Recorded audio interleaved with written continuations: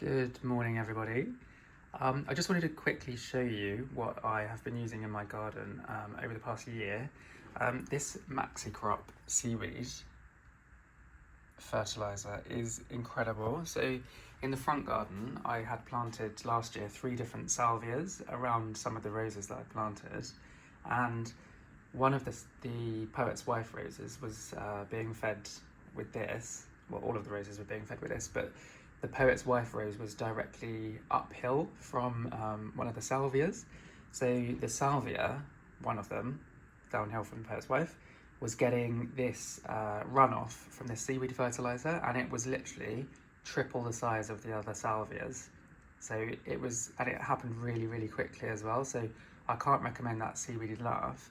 And also, if you have very heavy clay soil, some of your plants might struggle with iron uptake. So they also do one with a sequestered iron in. So if your leaves start getting chlorosis, where they start looking very, very light green, but the veins still look kind of darker green, it might be a good idea to try something with a bit of iron in it like that. And then this is a new kind of fertiliser that I've tried. I went to a garden centre recently and just saw this by happenstance. Thought I'd give it a try, and I can't recommend this enough now. So I've been using it when I've been planting new roses because it's got mycorrhizal fungi in it. But where is the ingredients part of here? So here you can see, carefully selected to give plants the nutrients they need while encouraging the support and development of mycorrhizal fungi, a mouthful, and beneficial soil bacteria included seaweed extracts and alfalfa, which is not something I have used in my garden before, but it seems to be triggering a lot of new stem growth, so I'll just give you a look at that in a second. Also sulfate of potash, so encouraging the flowering, and then these are the values here. Apply 100 grams per square metre, lightly fork in. So yeah, it's really nice stuff actually. I'll definitely be buying that again. And then these Niwaki secateurs, these are amazing as well. What I'd had before were these Felcos, which I still use, and they have the kind of twisty handle, so it takes some of the pressure off of your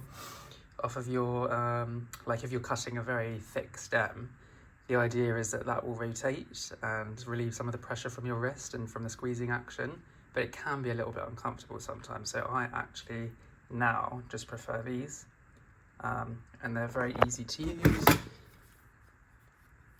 and they've got this really simple clip here where you can just clip them closed if you want to, but I never do. And then between every rose, I just bought this from Amazon, I just give them a spray with this alcohol just to make sure I'm not spreading any disease. But if I show you what has been happening since I've been using this alfalfa,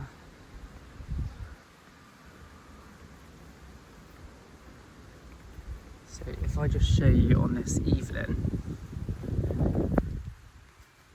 can you see these new stems coming down from the base? Another one there. And all of that has been happening since I've been using the alfalfa. Same thing on this Wallerton Old Hall. All of these were all pegged from last year, but look at all these new stems coming, all from the base here. So yeah, I just can't recommend this stuff enough. It's brilliant. And these are some of the cuttings that have been taken before. Yeah, things are starting to happen, and I'm thinking it's because of this alfalfa. But this phlox smells quite nice as well. Orchid yellow, this one's called. But yeah, happy gardening, everybody.